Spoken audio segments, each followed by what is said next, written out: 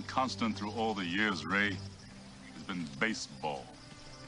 America rolled by like an army of steamrollers. It's been erased like a blackboard, rebuilt and erased again. But baseball has marked the time. This field, this game, is a part of our past, Ray. It reminds us of all that once was good. And it could be again. Oh, people will come, Ray. People will most definitely come.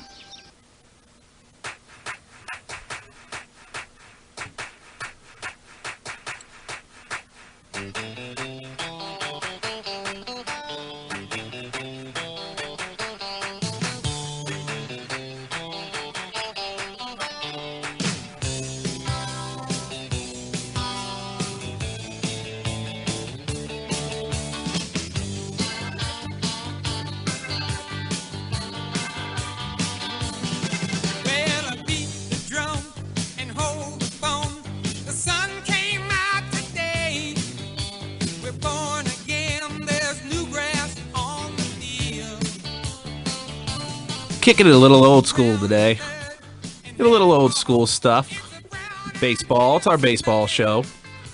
What's up, everybody? How's everybody doing tonight? Welcome to the baseball edition of the Trifectas Unleashed, presented by Real Take No Holds Barred Sport, a.k.a. a Deuces Wild production. What's up? Alex Washington, a.k.a. A-Wash, coming in hot from dirty-ass basement studios right in New Auburn.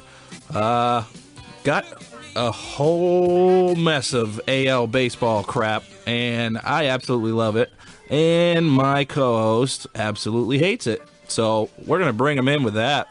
His name's Adam Little. He's coming in from Lisbon, a.k.a. Dirty, what is that, East? Adam, what's up, man? How you doing? What's up, man? Talk about this terrible brand of baseball called the American League. You're just jealous. You're just Definitely jealous, buddy. not. What, do you got a party going on back there? Oh, no, the wife's watching TV. If anybody's got a problem with it, they can contact her, deal with her directly, but I wouldn't suggest it. It probably wouldn't work out in your favor. Well, at least I know I should mess with you and not her, so Yeah, smart move. definitely. Good. Good, I'm glad she's watching TV. So, like I said, the AL version of the baseball show we got right on tap. We're also going to face the nation per usual, so we'll get into that in a minute. Just a quick couple Timbits here. Did you check out the Daytona 500 today, buddy? I did. What a hell of a finish, huh? From green to checkered. Oh, yeah. Great day for racing, man. That was an awesome race. I didn't think that outside line was going to be able to catch up, but Jesus, they freight trained Kenseth. Yeah, FedEx boy. Yeah. We won't see a red cent. No, we definitely won't. I'm just going to leave it there in case anybody listens. So, No, it was a good finish, though. Yeah, definitely. The closest one in Daytona history. Yeah, what was it, .01 or something like that? Some ridiculous number. Originally, I thought Marty got it. I thought Truex got there, but when they showed the replay, I was like, oh, how? But I think he almost won because when someone went down low, Kenseth almost crashed, and that would have ended the race. Yeah, it would have taken out everybody in the field, for Christ's sakes. It's a Ricky Bobby moment. The whole field was in that one. So, Hamlin deserved to win anyway. He dominated the race for the most part. Yeah, he led. I think he led like what, 60, 65 laps or something like that. Yeah. Well, Chase had a first time. Poor bastard. Oh well. Yeah. Awesome day. You had your Cavs blowing out the Thunder. You must have been semi-excited about that. Oh yeah. That was a game with David Blatt at the helm. They would have lost. Whatever, man. So, unless I can't really think of anything else. Although, when I was doing the part for Put Me In, Coach, I was watching the music video for that. Man, some some really good footage there from baseball in like the 30s, 40s, and 50s. Some of the best players that the league's ever seen. You know, you got Willie Mays and Bob Gibson and Ted Williams, Joe DiMaggio, and even videos of Jackie Robinson and all that stuff. Just a great video. It is. Check it out. It is a great video. So you want to get right into it, man? You want to face the nation? Yeah. Let's go for it. All right. I think we really only have time for one, so let's do the big one that everybody's been talking about on the page. So let's get our nation's music going here. We are the nation of domination. Nation of domination. So the one question that we really have had on the page tonight, and we've gotten some through obviously some of our other social media outlets, if you will, but the big one that's been kind of blowing up on the page today we'll use, and Adam and I will go through it. So just for the sake of it, I'll ask Adam the question first, and then obviously he'll defer to me after. But you get a quarterback, a running back, and a wide receiver in football to start your franchise with. Who do you start with? And obviously Adam will go, and then I'll go. So what did you say on the page? Andrew Luck, just based on age, he's the best young quarterback out there. I was debating between Andrew Luck or Russell Wilson. Wilson looked like a popular pick on the page. Yeah, but I just got more potential. Even I think Wilson's defense has carried him most of his career so far. Yeah, I would agree with that. I'll be interested to see how he is when he doesn't have the ridiculous defense. Well, half of it's going to go to your team. Running back, I'm taking Todd Gurley. I mean, he's the best young running back in the league. Might be the best running back right now, period. He might be. And then wide receiver, I took the best wide receiver in the league, Julio Jones. Call me a homer, but he's unstoppable. It's funny that you say that, because on the page I saw that you wrote that Brady was too old, Adrian Peterson was too old, which I don't disagree with. Adrian Peterson's 30, Brady's 39, but I don't care. If I'm building my franchise, we're going to be built to win now. And what better than to have the best winner of all time, Tom Brady, at the helm for my team. I'm also taking Gurley, probably the best running back in all of football, and if not, he's in the top 3. And by next year or the year after, he'll probably be the best running back, period, in football. So, most complete. I mean, he does everything. So, and I'm going to take your guy, man. I'm taking what I think is the best wide receiver in the NFL, and that's Julio. He's got size. He's got speed. He can cut on a dime. I mean, it's just one thing you can't teach, and that's size and speed, and that's what Julio's got. He's got it all, so. Yeah, I figured your homerness would come out with Brady, but you might win year 1, maybe year 2, but 2 or 3 years down the road, your franchise looks like the Cleveland Browns. No, we don't. Yeah, I'm a great GM. All right? My teams are good. Oh, okay. You're going to like my GM-ness when we get into the Red Sox. Oh, my goodness. I can't wait. Not really, but. Yeah, you can't wait, buddy.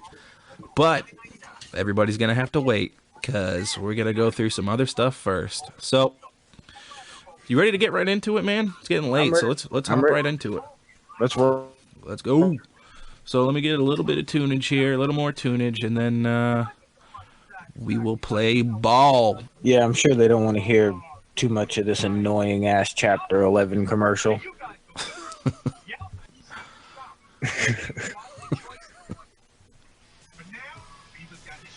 All right, so let's get right into it. Let's listen to Charlie Sheen coming in the game here. Wow thing. You want to start with the AL West and go head east? Do you want to start east and head west? I kind of want to start west and head east. Let's do it that way. All right. We'll make everybody Let's wait. let's leave Red Sox Nation hanging a little bit. Get them all excited. They have to wait through the whole show. So, kind of be just kind of like what your season's gonna be like.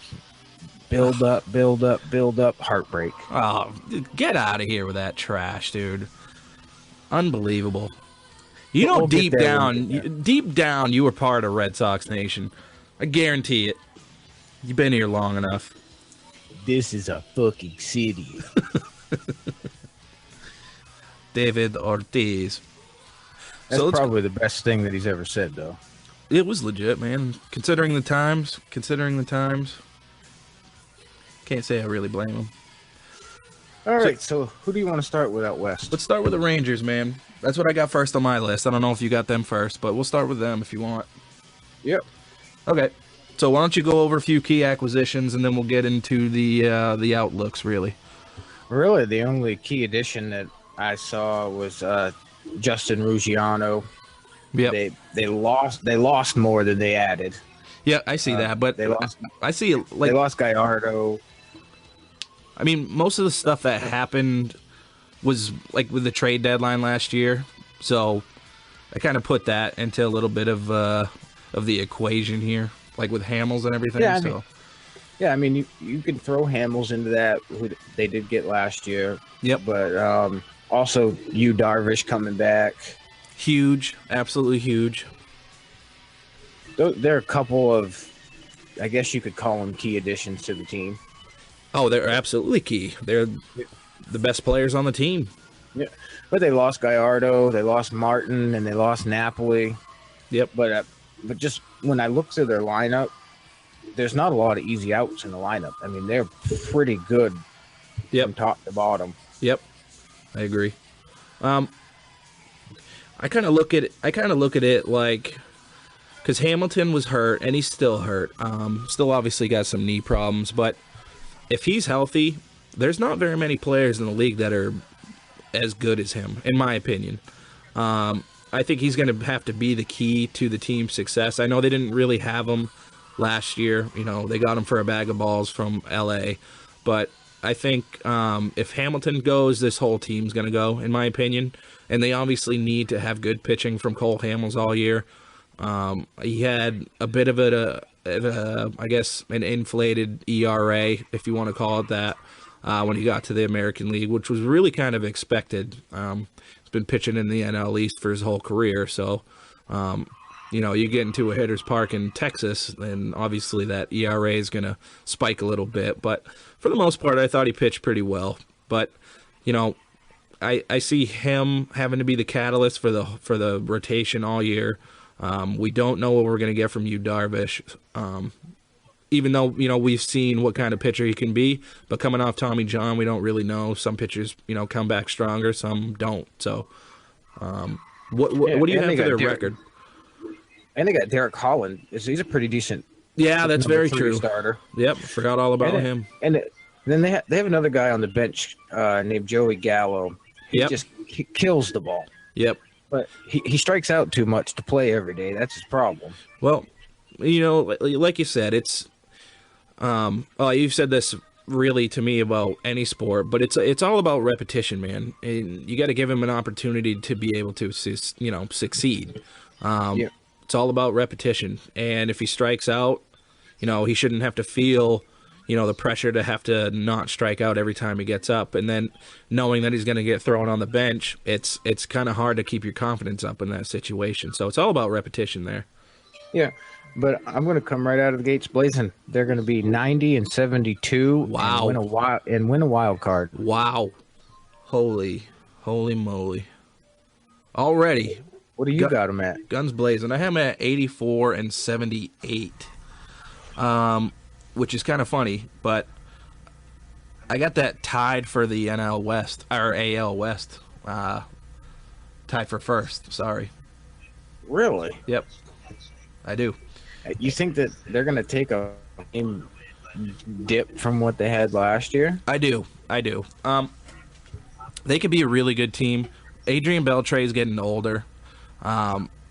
We don't know what Prince Fielder we're going to get. We don't know if we're going to get the healthy version.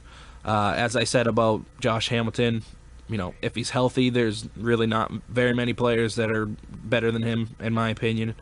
And like I said about Cole Hamels, good pitcher, but pitched in the NL East for all of his career up until last summer. So that ERA is going to come up. We don't know about you, Darvish. I know that I was saying good things about them, but I see them taking a bit of a dip. But it's not necessarily bad. I mean, they're tied for first in the AL West, so it's probably going to come down to a playoff between them. So we'll see. It's just kind of how I feel about them. I thought maybe they overachieved a little bit last year, and maybe they could build off that, but there still is 2 other fairly decent teams in their division too. So on to one of them, Houston Astros. Yep. I think they're going to take a little bit of a dip here. They didn't really do too much in the offseason. They got Ken Giles from Philly, who's a really good closer, and that bumps Luke Gregerson out of the role, puts him in the 8th inning. On paper, at least. We don't really know if that's legitimately going to happen. They got an underrated signing, in my opinion, in Doug Fister. They got him for 1 year at $7 million. So I actually kind of wanted the Sox to get Fister, just more or less for depth. But he's going to have to be a big part of this team. They also lost Chris Carter, who's kind of got 30 home run pop, but strikes out. I think he just struck out right now. So, and Scott Kazmir. I don't know if you had anybody else on that list. No. So pretty much going in with the same roster that they had last year, outside of, they got Kazmir at the deadline, but they'll have Fister all year. I think they'll be up there in this division. I actually have them tied with Texas for their record. And I think they greatly overachieved. I know you had said that they were a little ahead of schedule, if you will, in building a playoff team. And I kind of agree with that, but I see them taking a bit of a step back. I don't know if this is going to be a bit of a hangover, if you will, a playoff hangover, making it as far as they did when really no one gave them a realistic shot to get into the playoffs, let alone challenge Kansas City in the playoffs like they did. But I see them taking a bit of a step back, but at the same time still challenging for the division. Really, I just look at them like they have a good lineup. Mm-hmm. And then their pitching staff is even. Well, they got better with Giles, absolutely. Oh, I mean, Keiko, McHugh, McCullers, Fister, Giles. That's a pretty good rotation. And then the lineup, Altuve, he's a legit all-star. Correa's probably the best shortstop in baseball already. Yep. Good young team. And they're going to get Carlos Gomez for a whole year. Do you think the Carlos Gomez that they got is what they're going to actually have this next year? Because I don't really know. I've never really been able to gauge his talent. He came over from the Mets when he was on the Brewers, or came over to the Brewers when he was on the Mets, sorry. And, he's like a top fantasy player, for 3-4 years. And then, we see a dip in production. I don't know if it's because he's starting to get bigger or something like that, but I looked at him in Houston, and I'm not seeing Carlos Gomez. So, I mean, do you think he's going to play well this year? I don't know. I don't see it. I think he's going to play pretty good. I mean, he's a little inconsistent. Yeah. At times, he's very streaky. Yeah. But he brings a attitude and kind of. I don't really want to use the word flair, but I guess I will. Fire. He brings intensity. Yeah.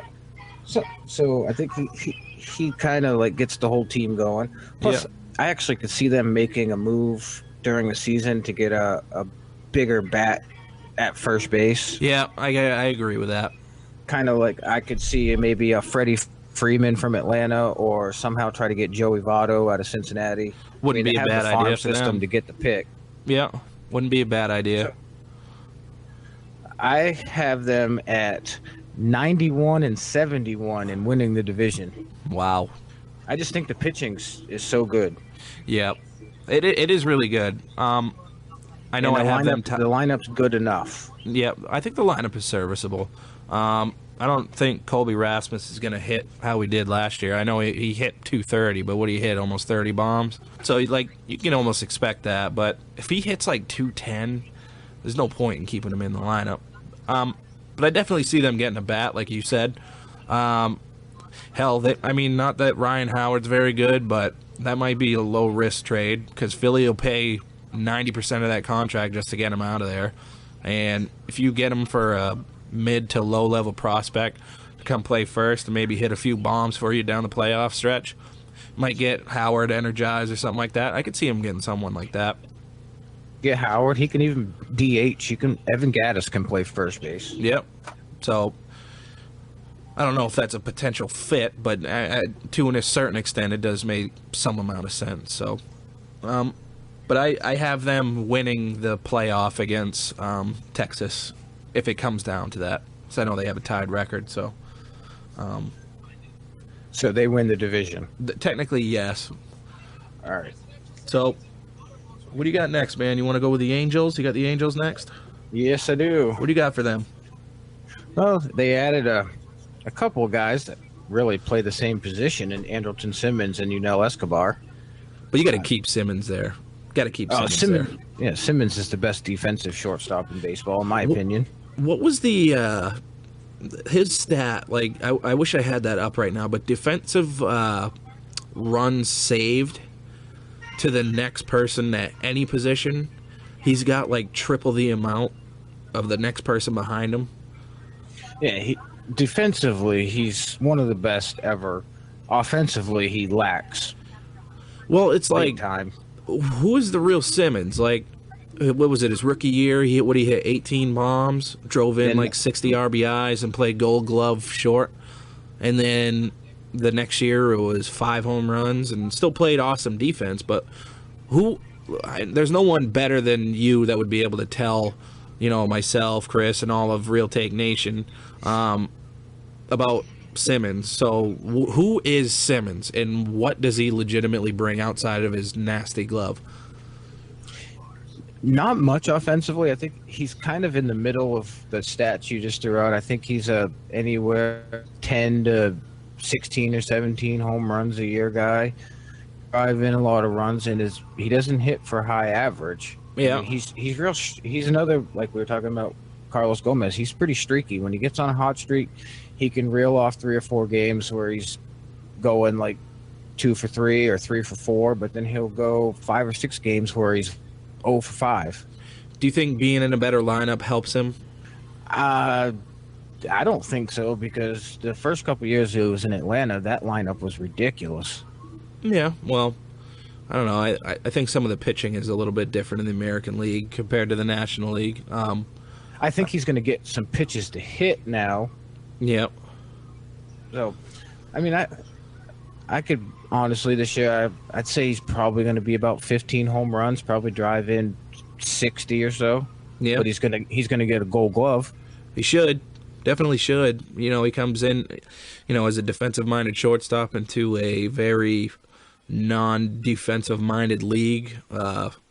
I could see him winning. If he's in the AL for the next, 5 years of his career, I see him probably winning bare minimum 4 Gold Gloves. If nobody's seen this guy play defense, look him up on YouTube. The guy is ridiculous. Yeah, I think he's got like the record for web gems. You like that stat? Yeah. But, I mean, so they added Yunel Escobar, too. He's probably going to play second. So we start second, Simmons at short, and Trout in center. I mean, they're pretty solid defensively up the middle. Yep. I hate Escobar. He's an ignorant asshole, man. I can't stand him. He's the only guy I know. He turtleneck when it's 98 degrees. I had them losing Eric Ibar, David Freese, and to a certain extent, Josh Hamilton. I don't know if you had anybody else in that. No, but for me, even with Trout and Pujols in the lineup, their offense isn't very good. I think their pitching staff is even worse. Yeah, I think they should have went after Justin Upton, and even hell, why didn't they go after Doug Fister or Jordan Zimmerman or something like that? I mean, they have all the money. Yeah, Artie Moreno will dish it all out. He'll dish out all that money. I don't understand why he didn't do anything, or maybe nobody wanted to go there. Do you think that the Pujols contract is a bust? It's kind of hard to tell. To get someone to leave, it's got to be worth it for him to leave. That was a lot of money to not take. I know it was probably about $30 or $40 million more than what St. Louis was offering. If I had to say, I would probably say yes.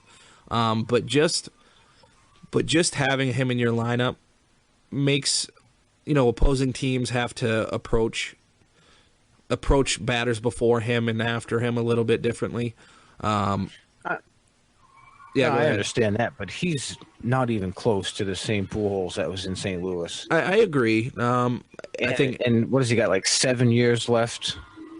He's got something. Yeah, he's got a lot left. I mean, he's been hurt almost the whole time he's been there, and he's definitely looked a lot older since he's gotten there. So I actually have them finishing identical to what they finished last year, 85 and 77. You still got them over 500. I actually got them at 500. Oh, sorry, never mind. I got them at 83 and 79. 83 and 79. So, I think, they probably overachieved to an extent because, like what you said, that rotation is terrible. C.J. Wilson coming off elbow surgery to take out bone fragments that was in his elbow. Their best pitcher, but what do they got after that? Nothing. Exactly. So, and Houston Street, good closer, but if you can't get to him, then he's going to be borderline useless. So, I don't know. Maybe they finish worse than what I have him written down as. I think I gave him a little more credit than I probably should have because I could see them easily finishing under 500. I could too, but I just think that Trout is going to keep them in a lot of games that they shouldn't be in. I mean, I know it's kind of hard to say in baseball that one player can do that, but Trout is by far the best player in the game. Yep. And he does Outside everything. Outside of Hanley? Word. I almost dropped the mic right there and walked off. I noticed the pause there. I thought you maybe had a minor stroke. I'm not that much of an idiot. Yeah. So I think Trout can keep him in some games, and he's going to win them a lot of games. They have to do something to that rotation, and I don't know really what the farm looks like, what kind of prospects they can ship out.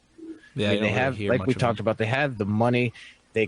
I don't even know if they were in contention for Cueto or for David Price. I didn't even hear their name brought up in any of the big names. Greinke. I don't think I did either. I heard Greinke. I heard the Greinke thing, but that was it. But nothing materialized, obviously. No. The Seattle Mariners, who I believe is the most interesting team in the division. I do too, mostly because they still have plenty of talent on that team, but it's like ever since Griffey left, they had that one really, really good year, and that was it. That was the year they went 116 and whatever the rest was it 40, 46? But they got, obviously, they got Robinson Cano, who they paid a boatload for. Contract looks absolutely terrible right now. I think he's trying to fight his way out of Seattle and trying to get back to New York. I'm sure you heard that rumor before, but looks absolutely terrible. Nelson Cruz, that signing looks good, and he was in the race for Triple Crown for a good chunk of the year. But outside of that, they didn't really have too much when they probably should have had a lot more. They added Adam Lind, Nori Aoki, excuse me, Wade Miley from the Sox, Steve, how do you say it? Cishek, whatever, and Joaquin Benoit. Really good pickups, in my opinion. There's no real big sexy names there, if you will, but all those people are really serviceable, in my opinion. I like the Nori Aoki signing. Doesn't hit for power, doesn't hit for real big power or anything like that, but he gets on base. He draws a lot of pitches, draws a lot of walks. He's a slap hitter, so he'll get on base. If he's hitting above, Cano and Cruz, he could be really successful there. I like the Wade Miley pickup. I know he kind of struggled at times with the Sox last year, but once he's an innings eater and nothing really more than that. He's a quick worker, so he'll probably have there's more pitchers parks out there, so he'll probably have a sub-4 ERA, which for a 4 or 5 starter isn't too bad. Adam Lind adds a little bit of power there. Cechek, if he's the closer, should be good, and Benoit's been pretty good. Who'd you have them losing for key players? The Austin Jackson, I think, was a big one. He pretty good defensively. Yeah. Trumbo, they lost a little pop in Trumbo. Yep. And then Rodney, but I think that with Cechek and Benoit, they kind of filled that role. Yep. I think Lind comes in. Like you said, they have all the talent. Yep. I think. When are they going to put it? I think Lind was brought in to cover what Trumbo brought, and for far less money. So. Yeah, and then I look at the rotation. I mean, they arguably have the best ball in King Felix. Yep. Still, and even with the dip in velocities, still pitching beautifully. And Walker's a pretty good number 2. Yep, Taijuan Walker. I mean, so pitching, they're decent. Ever since Cano signed there, he's not the same player. Nope. I don't think that he's gonna ever be the New York Yankees Robinson Cano again. Well, unless they bring in right field 100 feet, it's probably not going to happen. So, with that being said, I have them at 77 and 85. I got them a little bit better, mostly because of the talent that they have in their roster. I just, you wonder if they're able to actually put it together. I have them at 81 and 81, but it's definitely subject to change. They could definitely finish 10, 12, 13 games out of, under 500. Excuse me, I could see that happening just as easy as they could be a little over 500. So, we'll see with them. They, like you said, they're probably the most interesting team in that division, just because of all the talent that they got. But let's move over to Moneyball, man. Who do you got over there in Oakland? Welcome to the West Coast Atlanta Braves. This is going to be they got a star, man. They got a star. They got Jed Lowry. Former Red Sox, right? Yes, sir. Oh man, this is terrible. I don't even really want to talk about them. No, we'll just blast through it. My record's not really good for them. Everybody on their roster sucks except for Sonny Gray, and they need to trade him to rebuild the roster. I would do it sooner than later, before he blows out his arm.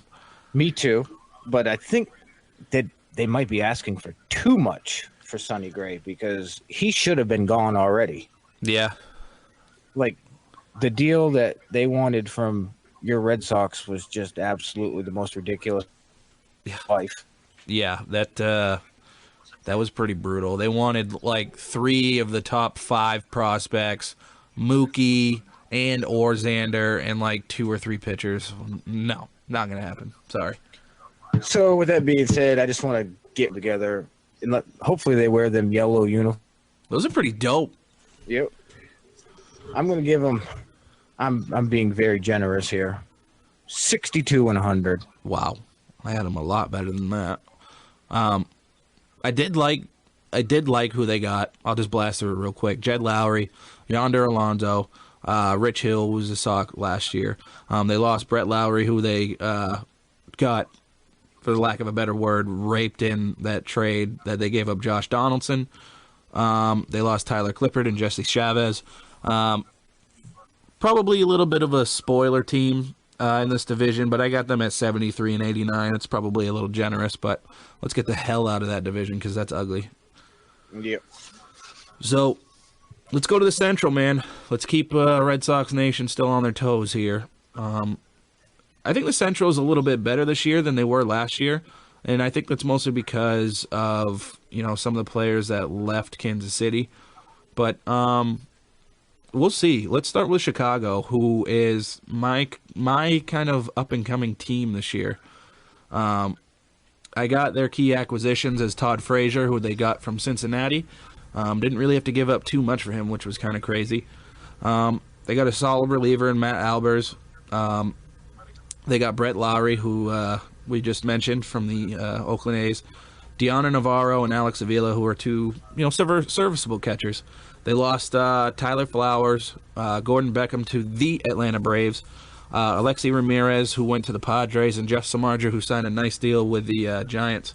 I got them playing pretty damn well this year, and I don't know what it is, and I think it's mostly because of the core that they have there that's really kind of built around Jose Abreu. That's got Melky Cabrera and all that. Garcia. Yep, they got Garcia, who's young and really, really good. I like the Matt Lato signing. Just in my notes here, I wrote, I think it's a big step in the right direction, vastly overachieving last year. I think this team bounces back and gives the reigning World Series champs a fit. Referring to the Latos deal, it's a low risk, very low risk deal that they gave him, and for the potential for him to be, a 15 or 16 game winner. Obviously, we've seen him pitch really well when he was with the Reds, so I think that was a very good signing there. Todd Frazier adds plenty of pop to what I think is already a pretty good offense in a hitter's park. So we'll see with them, man. They're my bounce back team. This is my team that I think the AL Central's got to look out for. As Lee Corso would say, not so fast, my friend. I could be wrong. Like I said, I'm probably more wrong than I am right. So how does he do that? Yep. Not so fast. Yep. Something like that. They got a pretty good rotation. Chris Sale, legit Cy Young contender. Should have won it last year. I know he wasn't on a playoff team, but Latos. I mean, the lineup's good, but it's not great. Frazier gives a little protection for Abreu. I just don't see. I look at the other teams in this division, and I just don't think that the White Sox are up there. I mean, I don't have them terrible. I have them at 78 and 84. Okay. But I have them finishing last in the division. I think Really? the other teams in the division are better. Really? Wow. All right. I got them at 84 and 78. Yeah, flip flopped. Yep, absolutely. Since when did you turn into Chris? Overnight, baby. Overnight. I don't know. I just look at the nucleus of the team, and I think that they can build off what they got. And I know they underachieve, and they got plenty of money there. I just see them getting better, and I think Jose Abreu is going to be an MVP candidate this year, as long as they're kind of in the fight, at least until like September or something like that, early September, if they flame out there. I think he's a legitimate MVP candidate. Guy's got serious pop, and someone that the league's going to look out for. So they only have one playoff team in Chicago, and it's not the White Sox. Nope. And it's not the Bulls either. No, the Blackhawks. The Blackhawks are pretty good. Yeah. When Patrick Kane's not raping women. Yep, that is correct. He's nasty though. Yes, he is. Let's go to Cleveland, man. What do you got in Cleveland? Oh, they added the big Mr. Mike Napoli. Yeah, baby. I love Nap. It's a good pickup for them, I think. Cheap, very cheap for what they're going to use him for. So Davis adds a little bit of speed, contact hitter. I like that signing. He stretches doubles into triples, man. Yep, I like that signing. Even given his age, I like that signing. That was a really good signing. And I mean the lineup: Kipnis, Santana, Jan Gomes, Chisenhall, and then Napoli. That's a pretty good lineup right there. Did you say Brantley? Did you say Michael Brantley? No, him too. Yep, really good. And the rotation to me is nasty. Kluber, Carrasco, and Salazar. Yeah, I got that in big bold letters right in my notes here. I forgot about Salazar too because I had Josh Tomlin in that. Yeah, I have Tomlin and Trevor Bauer. Yep. Kluber, Carrasco. Yep. And they also have my favorite manager in baseball, Tito. You guys made a big mistake by letting him go. Absolutely agree with that. he's not the reason that the Sox flamed out at the end of the year. At the end of the year, 9.5 game lead. That is, I don't put any of that on the manager at all. No, Not that's one all bit. the players. That's all players. That is all players. I have him as a little bit of an improvement over last year, but just missing the playoffs at 86 and 76. But they're on the right track. I think they're on the right track too. Do you have their record handy from last year right now? Yeah, they were 81 and 80. Yeah. Oh, yeah, that's right. They got it. They didn't replay one of the games. I got them taking a little bit of a step back, but not by much. Like you said, the nucleus of the team it's got a decent mix of young, mixed with a decent mix of veteran leadership, if you will. I got them at 78 and 84. Like I said, I think a lot of the year it's going to be, the rotation kind of carrying them. I like the Napoli signing. I think Kluber bounces back this year. Carrasco is going to be a name to look at because if they struggle, he's going to end up getting traded because they can get a boatload for him. He was a guy that the Sox were rumored to have been looking at this offseason. But I think they're heading in the right direction. Most of their young players are, still controlled for, the next 2, 3, 4 years before they really hit arbitration and everything. So, and I actually got to see them in person last year, and they play really good ball under Tito. And he's obviously he's a player's type of manager and all that. So he's got the respect of all his guys, and they all play really hard underneath him. So, Yeah, you want to move on to the Twins? let's move on to the Twins, man. Nothing really sexy about them, but they're pretty young. The old Twinkies. Yep. I actually got them last, but we'll keep speaking here. Well, they add the rookie there, however you say his name. Byung-Ho Park or whatever. Young-Ho Park. Yep. That was really my only acquisition for them. They didn't really do jack this offseason, but... No, but Park will be a legitimate Rookie of the Year candidate. Yep, I agree. And they have another young player, Byron Buxton. Yep. He's really good. He actually took over for Aaron Hicks in center field. Yep. But, And that was really my key loss for Minnesota. That's all I had written down for that. Well, to me, they lost the heart and soul of the team in Torrey Hunter. Yeah, but I mean, his time was coming up. So I thought about that. Still really good, but obviously the inevitable was coming with that. It's too bad. He's just one of those players. Like I could see him as like a bench coach role, maybe. Oh, he'll be a coach. He'll be a coach a lot sooner than later. Yeah. So with all that, I'm gonna put him at 81 and 81. Yep. A couple game drop off from last year, but Yeah, because they were fighting for a wild card spot pretty much all year, and it was really kind of surprising. But when I look at this team, I see a team that is handcuffed by that god-awful contract that Joe Mauer got.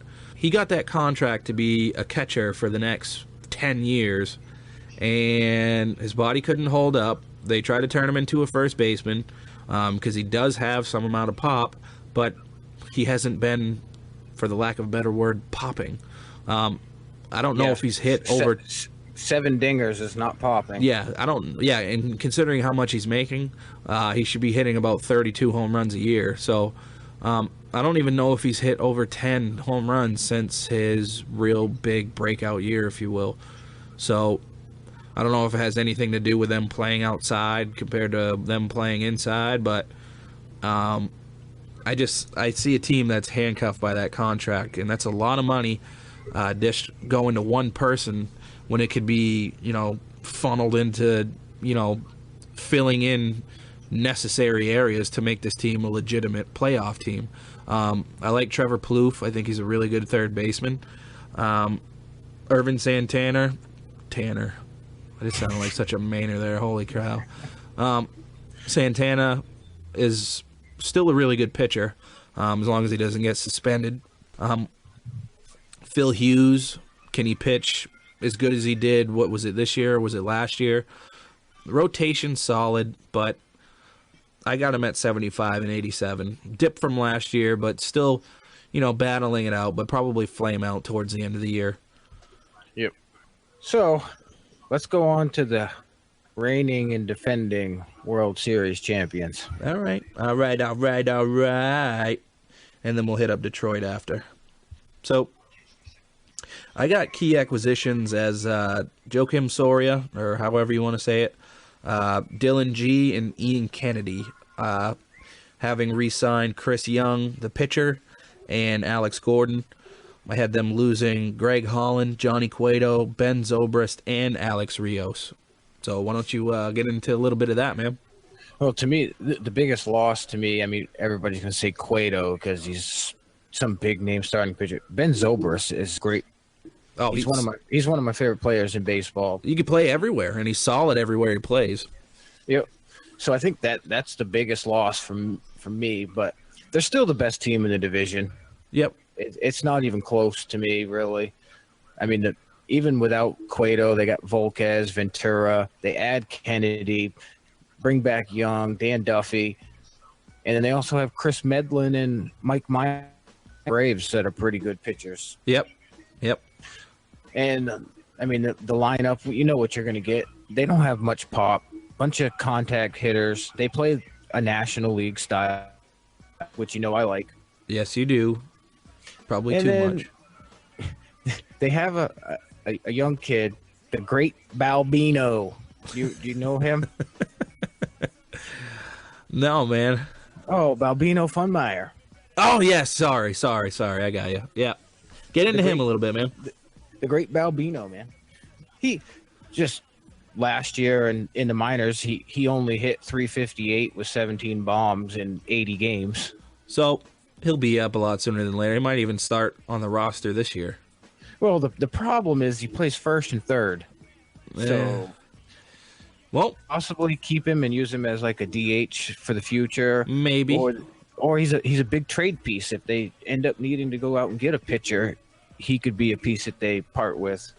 You don't see any situation where maybe they turn him into a corner outfielder, do you? Maybe if it's going to be right field. I mean, they locked Gordon up. Yep. And they lost Alex Rios, who was their starting right fielder. Yeah.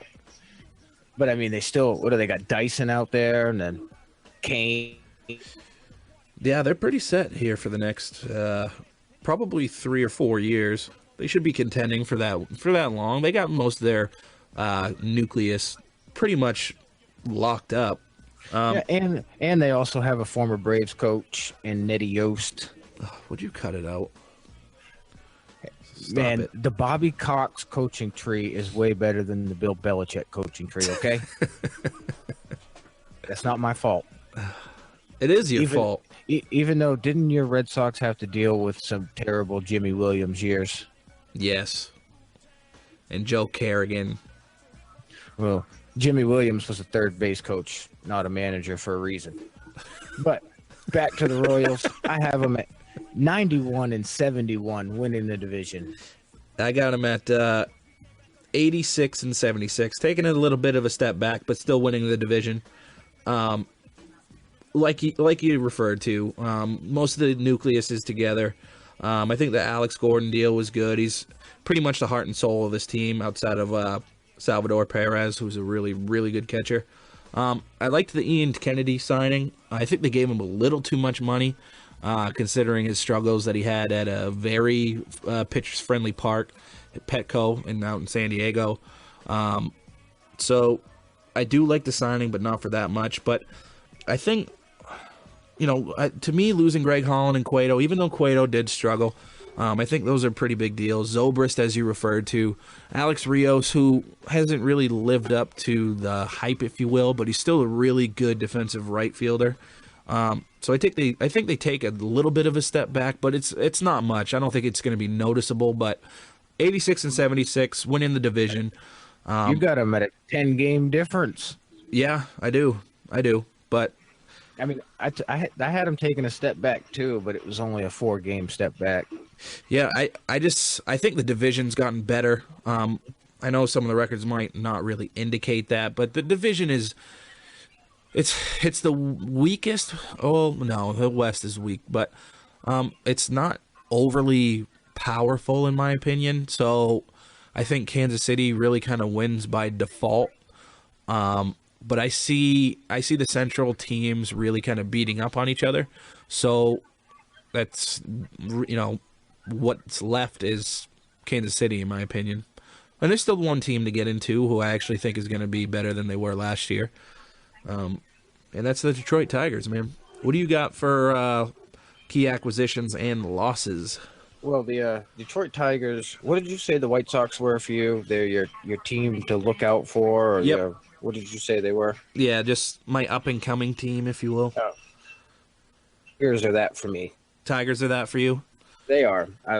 They added Justin, who I think they stole him from a bunch of teams. There was Justin Upton. Oh yeah. there's plenty of teams that should have offered him more than what they offered him, or at least tried to put in an effort to get him. We still got a pretty good deal. Yeah. And they add Jordan Zimmerman Yep. and K-Rod. Yep. The way I look at them, their lineup is great, 1 through 5. I mean, you got Kinsler, and then you throw Upton, Miggy, Victor Martinez, who doesn't seem to ever get old. Except for last year. Yeah. And in the rotation, Verlander, I think he's going to have a bounce-back year. Yeah, I got that highlighted in my notes as well. As long as he doesn't get confused by all the Uptons in his life. It is funny as I had that written in my notes, too. And then you throw Zimmerman, Anibal Sanchez, Daniel Norris, and then Pelfrey, who they picked up from the Twins. Yep. I mean, their rotation's pretty good as well. Yep. I actually have them as the biggest movers, I believe. Really? And I have them at 87 and 75, competing for a wild card, but just coming up a little short. Nice. I got them at 83 and 79. I got their losses as actually had a acquisition. Cameron Maben, who to me is a very solid defensive center fielder, to replace Rajai Davis. A little bit younger, probably got a little more pop. Not as fast, but I thought that was a solid pickup to go with Upton in the outfield with K-Rod and Jordan Zimmerman and all that. Having lost David Price, Neftali Feliz, Cespedes, and Joe Nathan, I do think this team does get back on track, if you will. I think they just ultimately fall a little bit short in the Central.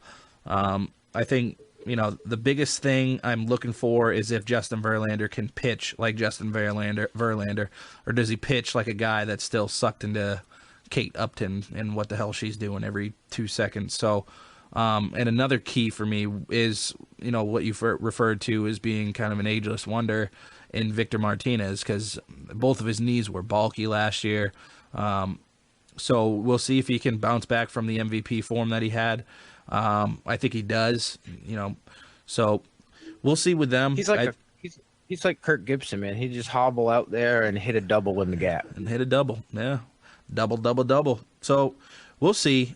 They still got, that core together. Miggy's still going to hit like Miggy, as long as he stays healthy. So we'll see with them. I think they play well, but ultimately fall short in the Central. So the moment everybody's been waiting for, the AL East, brought to you by Harry Carey.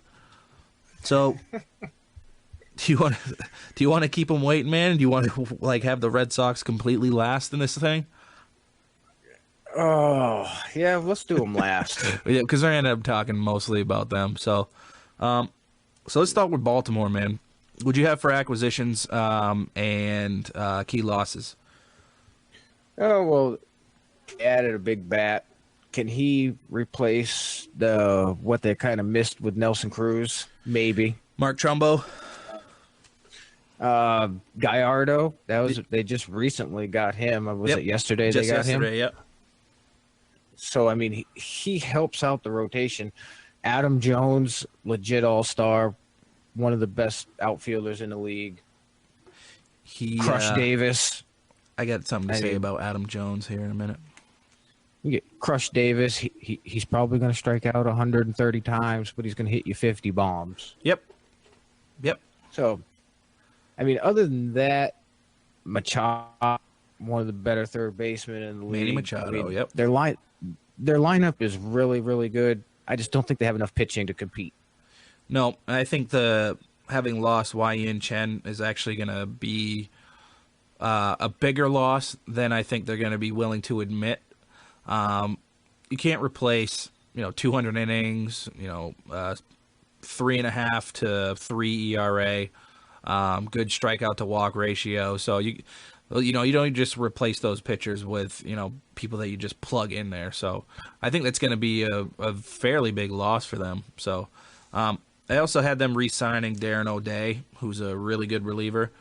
So what do you got for their record, man? Because I got 83 and 79. I got 84 and 78. So pretty close. Yeah, we kind of think on the same wavelength. I just have here that Trumbo adds thump to an already pretty good offense, like you referred to. Gallardo becomes the ace after losing Chen, which I really thought that they should have kept him. I guess they're in the mix to sign Dexter Fowler. Not really sure where he fits because they've got a really good center fielder in Adam Jones, who, spoiler alert, is in my top 3 in MVP for the AL this year. Really? Yep, I have him right in there. So I do believe that the Orioles will compete with the Jays, Yanks, and Sox, but ultimately fall short. And if they're in it, I think they're going to make a few trades at the deadline. Maybe to pick up another pitcher. I'm not exactly sure what their farm system looks like, but I never really hear them trading too much of it to really get anybody. So I like to think that their farm is pretty well set. But we'll see. Let's get past my long Red Sox thing. Let's go to the Tampa Bay Rays. What do you got for them, dude? Well, I'll make this one pretty short and sweet. Okay. They'd added Logan Morrison, Corey Dick, Ed Miller. Still doesn't make their team worth a shit. Probably not. I think I got their record a little bit higher than what it's probably going to be, but I think I probably do too. I like Archer. Good pitcher, really good pitcher. Yeah, really good. But to me, they need to trade Evan Longoria. Get something for him now. They can restock the farm with him. There's a lot of teams that would love to have the power bat coming out of third base, like your team, for instance. But like you said, I think I might have the record a little higher than it. I have them at 75 and 87. I got them at 79 and 83, and I'm almost throwing up now that I'm saying that. So I wish that they would just give me Longo for Sandoval, and I'll call it a day. Oh, I'm sure you would. Oh, Pablo. That's like me saying,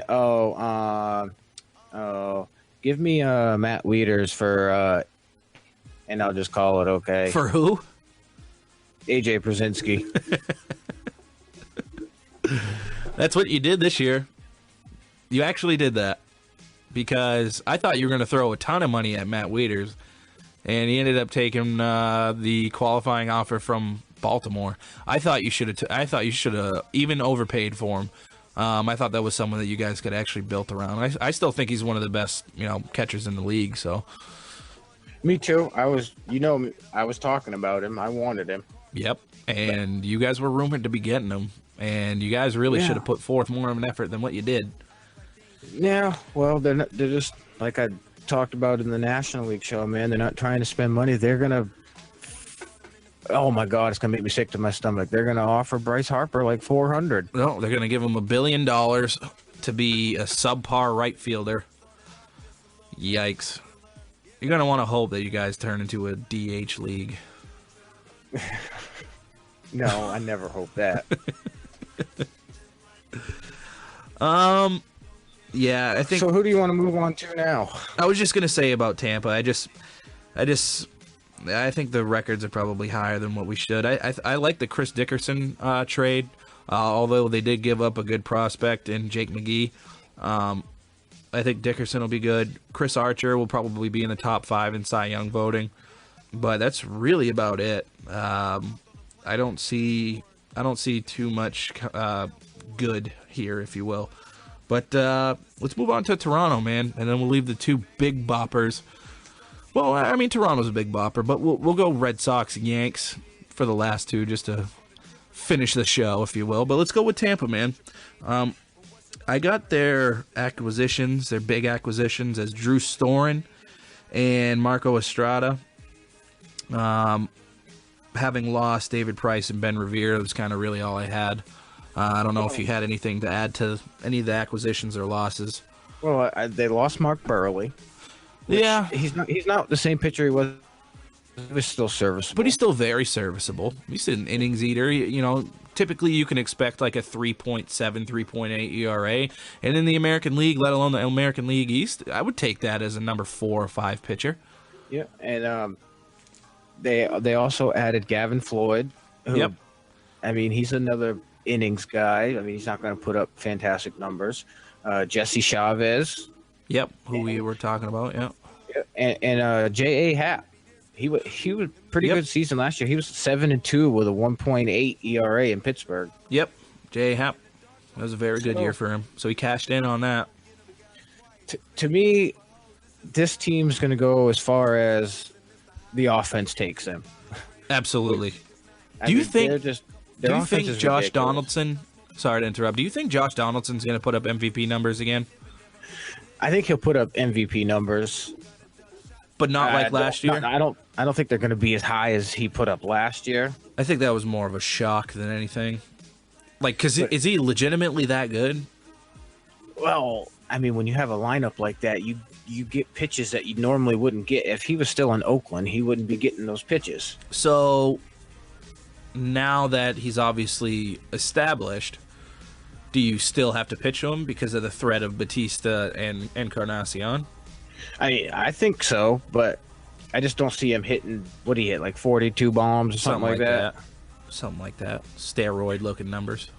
I mean, they hit 230 home runs as a team, which is a ridiculous number. Yep. And this year they're going to have Tulo for the whole season. Ooh, I forgot about Tulo. That was a great trade for them. Yeah. But still not good enough to get them into the playoffs. Same here. 88 and 74. We're about the same. I got them at 86 and 76. So we're thinking about the same. I think losing David Price is a very big deal, and I think that's like that for most teams. You know, losing an ace and stuff like that.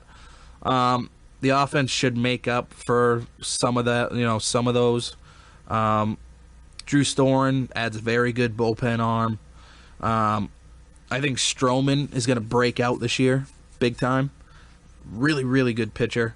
I think Batista puts up MVP-type numbers. I think he hits better than average-wise than he did last year.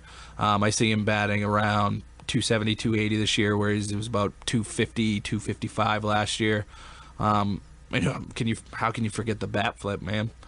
The greatest bat flip of all time. I think it might be, man. I think it might be one of the greatest bat flips ever, or the greatest. And you know what? There was such an outcry about that. Besides Jet Rodriguez in the Sandlot had. His was pretty good. But, like, there was such an outcry about that. Like, there was so many butthurt people about that. Like, I cannot fault Joey Bats for that at all. The biggest home run, by far the biggest home run of his career. It's emotion, man. It's like, it's playoff baseball.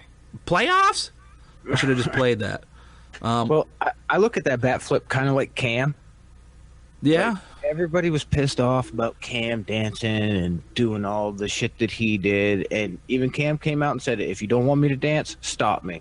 If you don't want Joey Bats to do a bat flip, strike his ass out. Yeah. Don't throw one like 93 over the heart of the plate where he can hit it 4 million feet out of orbit. Great bat flip, man. That was great. That was a good series. It was a really good series. Yes, it was. I don't know. I think they're going to miss David Price. I think they're going to miss David Price quite a bit because he was a big-time catalyst for them down the stretch. I know in the playoffs it wasn't too sexy, which I'm semi-concerned about, but we'll see. But we'll see. I got him at 86 and 76, like I said. We're about the same. So we'll see. We will see. So let's go on to the evil empire. Let's go to the Yankees. Yankees, sorry. So, what do you got for them, man? The Bronx Bombers. Ugh. What do you got for them, buddy? Oh, well, they only added, 104-mile-an-hour fastball on the back of that bullpen. Yeah. They added Starlin Castro, which I know you're not sold on, or you're not a huge fan of him. No, you're very big on him. You're very big on him, that's fine. And then they add Aaron Hicks, a little depth out there, and then they're getting Tanaka back. Yep. And CC if he's sober. You wonder how many games he pitched when he was loaded. I just like the rotation. Now all of my projections for this team are based on if they're healthy the whole season. No, that's pretty much how I viewed most of my predictions and projections and everything. Is you never know when because anybody could get hurt at any given time. So when we're doing these, it's based on health. So if most of these teams are healthy, relatively healthy, there's no reason that these teams shouldn't be right there at the end of the year. So yeah. So I look at the rotation: Tanaka, Spathia, Pineda, Sorvino, Evaldi. That's pretty damn good. In the East, yeah, that's pretty good. And then with the addition of Chapman, that back end of that bullpen is better than what Kansas City has been trotting out the last 2 years. It's ridiculous. Miller, Betanzas, Chapman, 7, 8, 9. That's ridiculous. It's just funny, because the slowest fastball out of that is Andrew Miller, and he throws it at about 97. Yeah. That's ridiculous. And then I look at the lineup. I actually look for Ellsbury to have a bounce-back year. I got him in one of my award things. Ugh. And then Gardner, the fastest white guy in the league. Where's Dusty Baker when you need him? Yep. Beltran, Teixeira, A-Rod, McCann, Headley, Didi, and then you add Castro in the line. There's no easy outs in that lineup. Realistically, do you think that Teixeira and A-Rod can have as good a year as they had last year? Because they're another year older. They're still pretty beat up. And Beltran, let's add Beltran to that. Do you think they realistically carry this team offensively? I think they can in spurts, but I think it's going to be mostly the pitching that carries this team. And if they don't? I think they're good enough to score enough runs to win. Okay. I really don't think they're going to have to score more than 3 or 4. Literally, if the game you're that sold on, you're that sold on the rotation? I'm that sold on the bullpen. I think if they get to the 7th inning and they have a 2-run lead, the game's over. I get that, but they can't pitch 162 times. Well, last year before the injuries, the Yankees were blowing people out, man. The offense was scoring a lot of runs. I don't know. I think, for me, the key in the rotation is Pineda. Excuse me. Really? Yes, and mostly because if Tanaka's healthy, we know what we're going to get out of him. He's pitched really well since he's been in the States. But you need someone to be able to back that up. And to me, the key to that, to keeping that going, to me, is Pineda. Really? I know they got that young kid. What's that pitcher's name that you said there? Servino. Yep. So yeah, he's so good. He's going to be really good. He's going to be really good. But we still aren't particularly sure if he will be that good. But does he have the potential to be it? Absolutely. He's got all the stuff. He's got every pitch, and he's got control of every pitch for the most part. But he's going to be pitching in Yankee Stadium all year, so we'll see how that goes. But to me, a key to that rotation is Pineda. If he can stay healthy and not have to use pine tar to get some movement on his pitches. Oh, you're one to talk about cheating in your fucking Red Sox Patriots ass. I had to get it in there. But actually, my key to the rotation is Sabathia. Yeah, well, he's going to be a 5, making coming $25 million. So I got him as a 5. My thing was Sabathia is, can he learn how to pitch? He has to. He doesn't have 96 anymore. He doesn't have the fastball that he's going to throw by people. I mean, so he's going to have to hit the corners, going to have to feature the changeup probably more than he ever has. I think he can bounce back, and I actually have them, drum roll, 94 and 68 winning the division. Wow. I think you just lost all of Real Take Nation. But you know what? I only have a 3-game difference from you, buddy. I got him at 91 and 71. And in the wild card. And a lot of it is really kind of based on what you said. The starting pitcher is only going to have to go, 6 solid innings. If they can hold them to 3 or 4. Offensively, I think they should be able to play pretty well. But it's really dependent on how healthy that they can stay. But, if we're going to base this, without health, I'd like to think that, Beltran would be able to hit like Beltran, even though he is older. It's really kind of why I asked you those questions, because they are older. Those guys are almost 40, or if not already 40 years old, and those are really your best players. Can Jacoby Ellsbury stay healthy for the first time in his life outside of his steroided MVP year, or almost MVP year in Boston? You know what you're going to get from Gardner. Slap hitter with some pop. Going to play a solid outfield. So we'll see. But I got them as the first wild card, 91 and 71. So they're going to be a pain in the side for my team all year. If they get hurt like they did last year, the season's going to go to hell in a handbasket. Yeah, because I don't see much depth. I think Chase Headley's going to have a really good year this year. He had a pretty solid year last year, his first full year in New York. I think he's going to build more of a comfort level. I think that's a really good pickup for them. I think he's going to have a pretty damn good year. So, you ready? You ready, boss? You ready for it? I'm ready for it. Do we need some kind of music? Do we need the Boston Orchestra to come out? Or? I wish I had shipping up to Boston, but I'll play something to get people angry. Some Sweet Caroline, or I'll play something to get people amped up real quick. I'll play it loud real quick.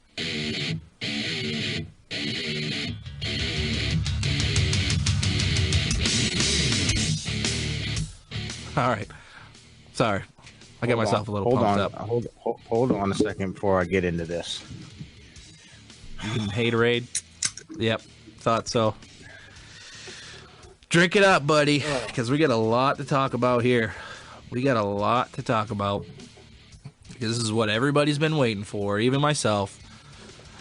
And I kind of want to start with you, but okay.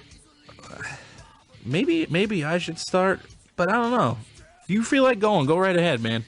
Let's roll with it, man. I'll go. Let's go. Let's see what you got. I'm gonna put it right out there for all you guys. Oh boy. David Price, great move. Mm-hmm. Craig Kimbrell, great move. Mm-hmm. Carson Smith, underrated but great move. Mm-hmm. I got that in my notes. Chris Young, pretty good move. Solid. Traded away Miley. Oh well. For Carson Smith guy. For Carson Smith, it was a good deal. Yep.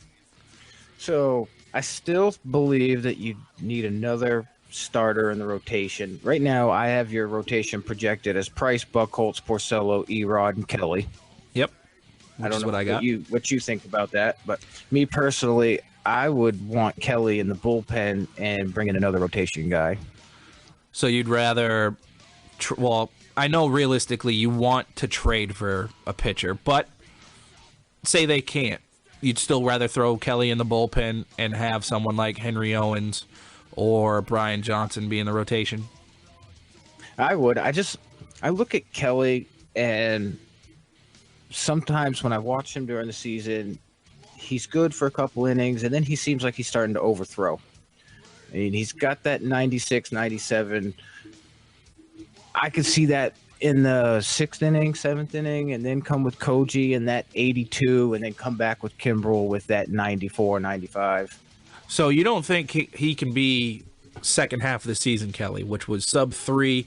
Not that you can do sub 3 in, the AL for a good part of the year, but he was sub 3. So you can't see him being 3, using all his pitches and being successful as he was in the second half. You'd still rather have him in the bullpen?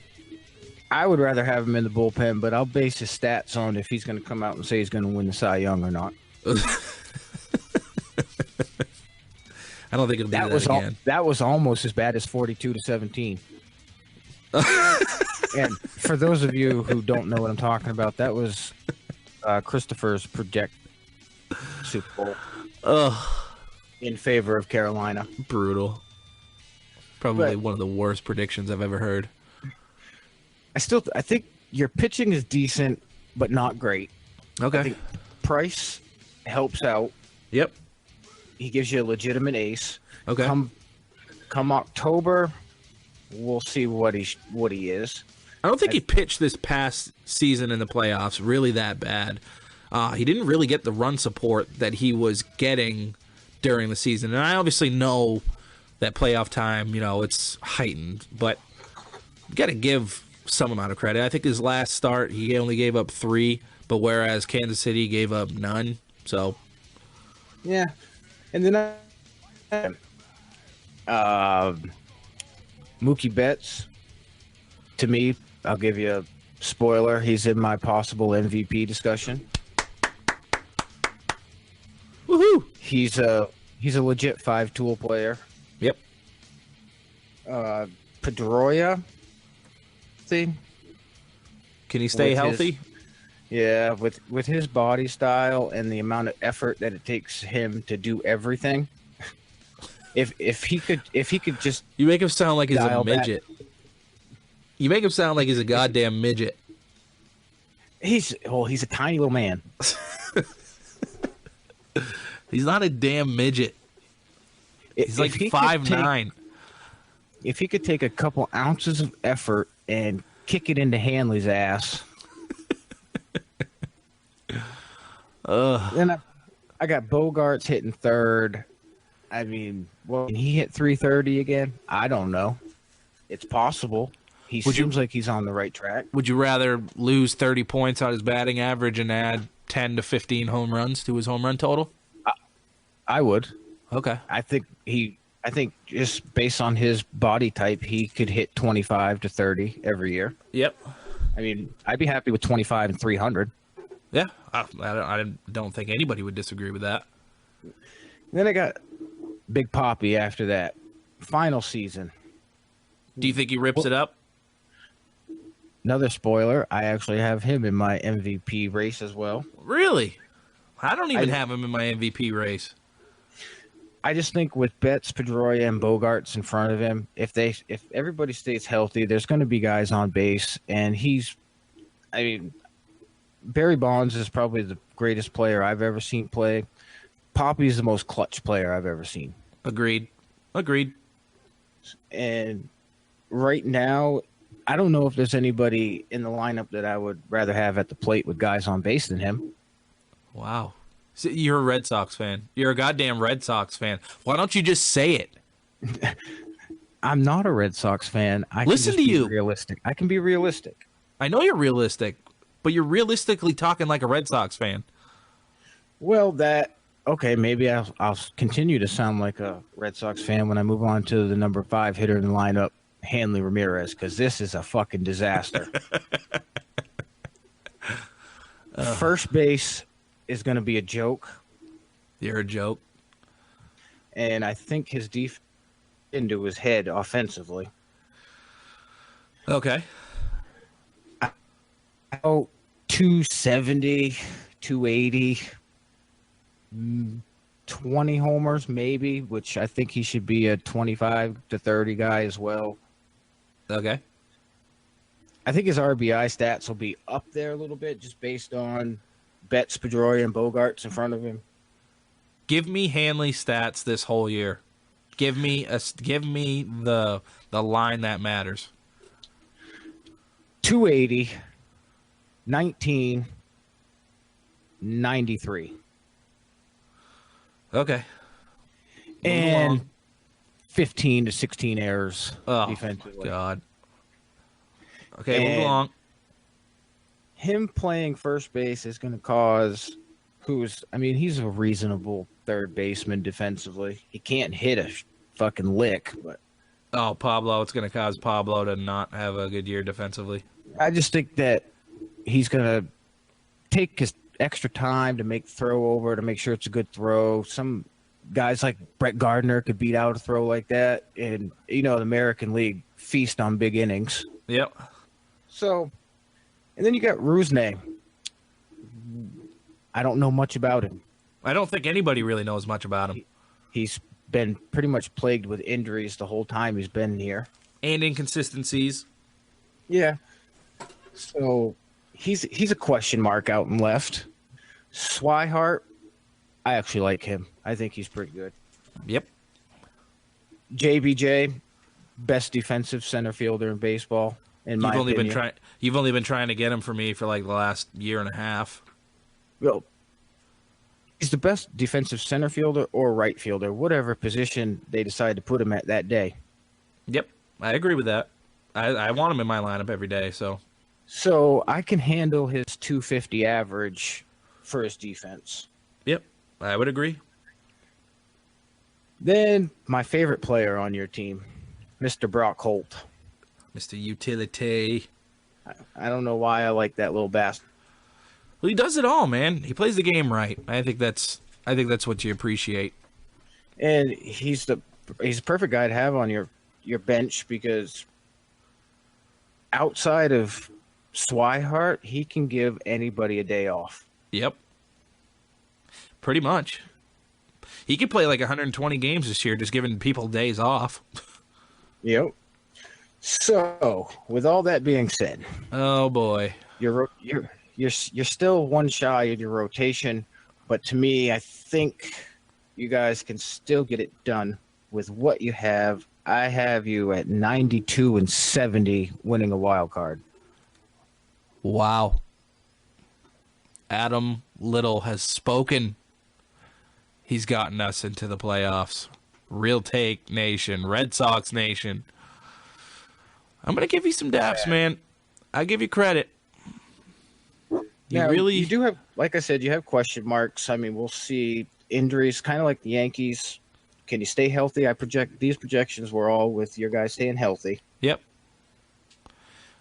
We'll see. So I kind of wanted to leave the division open. I honestly believe if Hanley has a good season, you guys can overtake the Yankees for the division. Yep. I agree. He's such a big part of the lineup at the 5-hole, hitting behind Poppy, and Sandoval can't hit shit, like I said. So Hanley's going to have. Talking to you about the Sox plenty of times, you still believe that Hanley should be hitting third, right? I think so. I think that it's just to me, it's a thing. You saw it with Bogarts when you moved him to third base. It's not his natural spot, and you saw how it affected him. Yep. Hanley's hit third everywhere he's been. Yep. And he's always been a productive hitter. Comes to Boston, gets put in the 5 slot. I don't think he's comfortable there. Might not be, but another year under his belt. You'd like to think that you should be able to hit anywhere in the lineup if you're just a hitter. Like, you should be able to hit anywhere in the lineup, in my opinion. Professional hitter. Yeah, well, defensively, it's a little bit different, but if you're paid to hit and you're a professional, you should be able to hit no matter where you are in the lineup. Another question mark I have about your team is John Farrell coming back. Now, you know, me and you talked about this before. I was big on moving on from Farrell. Is the team going to perform? Are they going to let's win this one for David, or let's win this for John because he's got the cancer issue going? Or is the team that we saw most of last year going to be performing? Because the team that was on the field when Lovello took over could win this division easily. Well, that's what I kind of look at here. Excuse me. You got kind of a bit of a rallying cry. You got Ortiz's final year. You got John Farrell, who's coming off of cancer, who is, very happy for him, obviously pulled through, so good for John. But you also got, again, you got Torey I can't say his name right, Torey Lavello. Another guy who was essentially your manager. So realistically, in the dugout, you've got two managers, okay? Obviously, they're going to answer to John and all that stuff, but realistically, they have two managers on that team that will be going to battle with them daily. So I see no reason why they can't play well with both those guys, essentially managing. Because I think John can pick Torey's brain on how or why, certain situations happen. So I think those two will be able to actually figure everything out. So I got to get into my projections, man. I'll give you one more key. Okay. And it's really nothing to do with on the field. It's an off the field thing. And it's Dabrowski. Okay.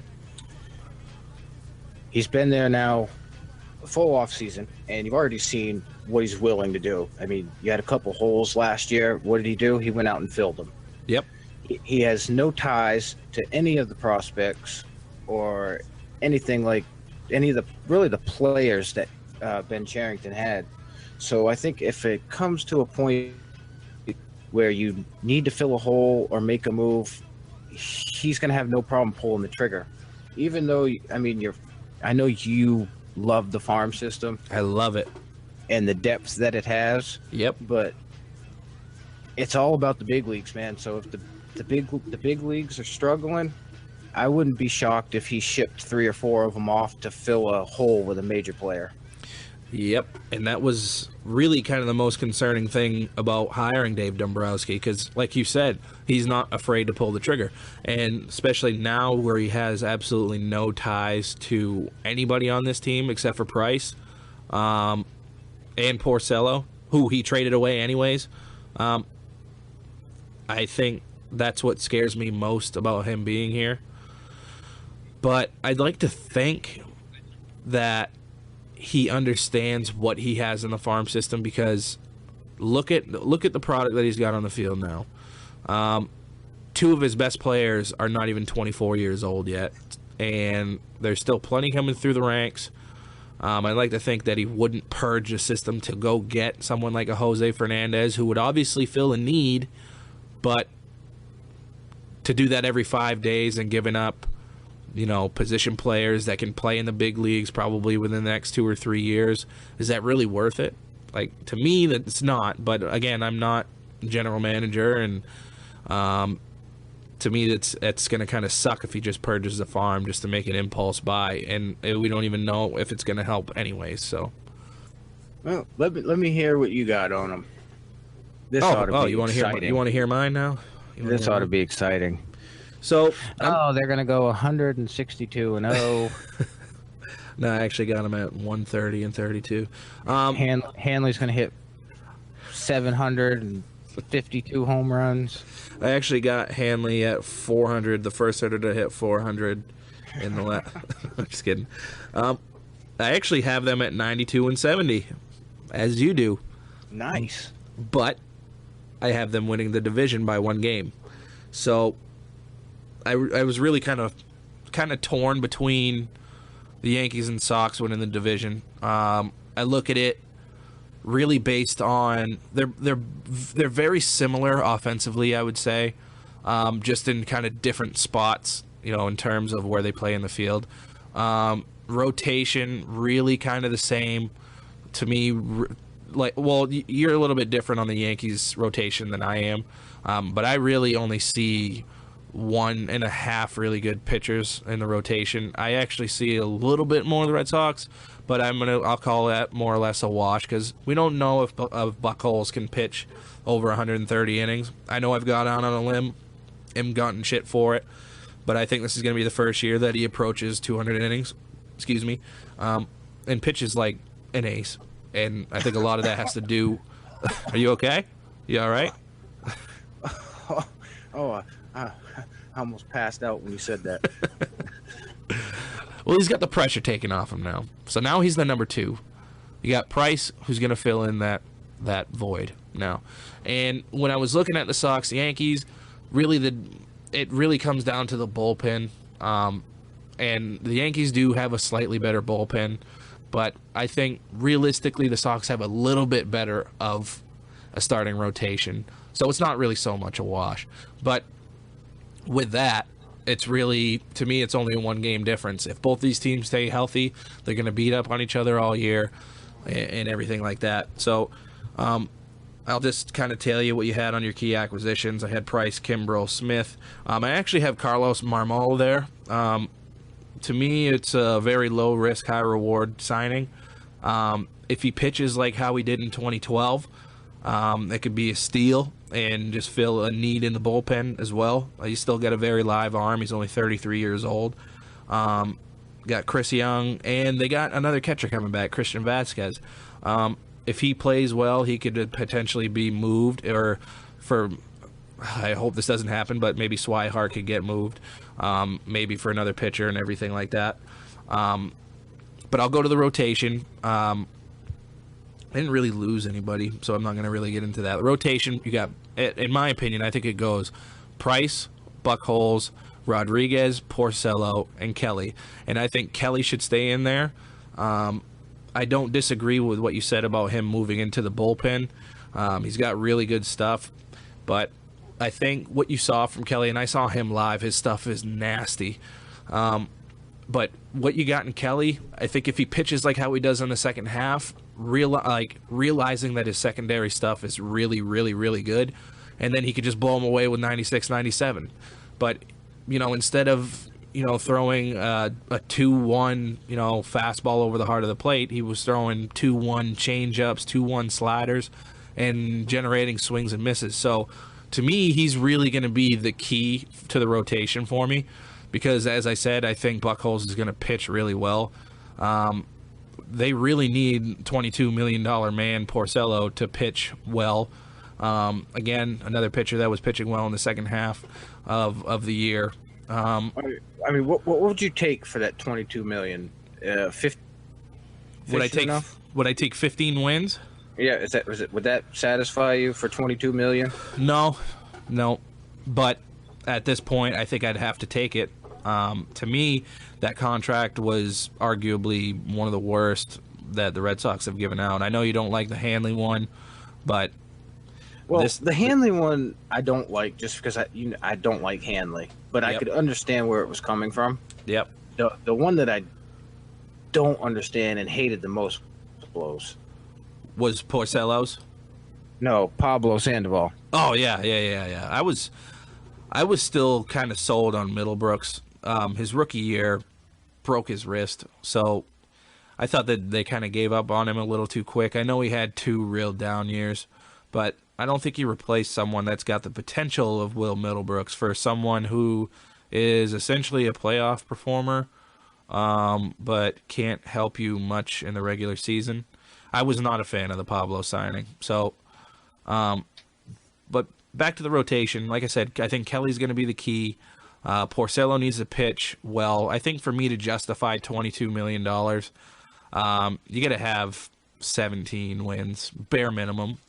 And you got to have a 3.5 ERA. But if I can get like 3.5 and 15 wins from Porcello, and 25 quality starts, I think I'd take that. I just don't know how realistic that is.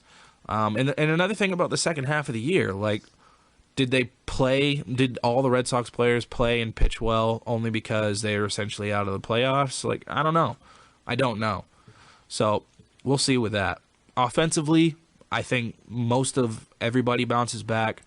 I think Mookie is an under-the-radar MVP candidate, who is also in my top 3. Hey, you're gonna laugh at the other one. I'll save that one for when we get there.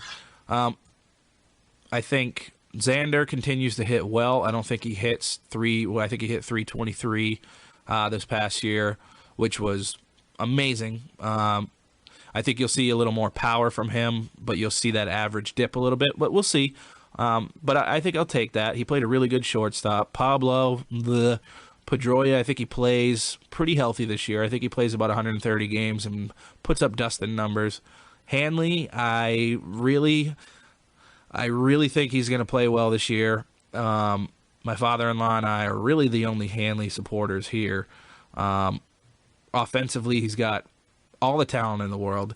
He's just, to me, he got infatuated with hitting the ball over the monster, which I guess can really kind of get anybody. It's only 310 down left field, so... but all of his power is to center field and right field. If he just realizes that he's got so much gap power, and I think you would agree with me, if he just uses his gap power, the home runs will continue to come, and his batting average will go up, the RBIs will go up. So, well, you know how you hit home runs is you don't try to hit a home run, you try to drive the ball towards the middle of the field. What do you have, like 12 doubles last year? Yes. Like, that's absolutely ridiculous for a player of his caliber in Fenway Park. He should be peppering the wall every game. Absolutely. But like I was saying, his power is to center field, to the right center field gap. So if he continues to just wait another millisecond on pitches or just goes with the pitch, because he can hit all over the field. He's one of those guys. There's not very many of those guys anymore. Excuse me. So I actually expect a big year offensively, and I expect actually a pretty decent year defensively. I actually have him under 8 errors for the year at first base, and I think a lot of that has to do with him being an infielder. You guys could call me crazy. You can call me a dumbass for thinking that Hanley can play good, but to me, he's a pretty good athlete if he actually puts in the work, which obviously we haven't seen too much of yet. But he's an infielder at heart. I think that he'll take to first base a lot easier than he ever did in the outfield because he's an infielder. So I actually expect some MVP type numbers from Hanley. But again, that's if the Red Sox are in playoff contention and he doesn't act like a douchebag and give up. Ortiz, you can expect poppy numbers. I don't need to get too much into that. To me, Pablo Sandoval is borderline useless in the lineup. He's supposedly going to be switch hitting again this year, so we'll see what happens with that. He came into camp pretty well in shape. I know I'm rambling on, and I don't really give a shit. So, you got... When you say switch hitting, is that like he's going to be on Instagram on both hands? Just going to keep alternating on which hand he uses to check out chicks on Instagram. Yeah, what is it? KFP48 on Instagram. What a douche. I wish they would dump the salary, but they're not going to be able to, so I'm hoping he has a good year, but I'm really not expecting it. I think he should hit further down the lineup. I know he's making $18.5 million, but let's get him down lower in the lineup. Bench and have Brock Holt play third base. I wouldn't have a problem with that, but you, again, can't really have him. Or put Hanley at third and let Brock play first. Brock has played first. He has played first. We will see.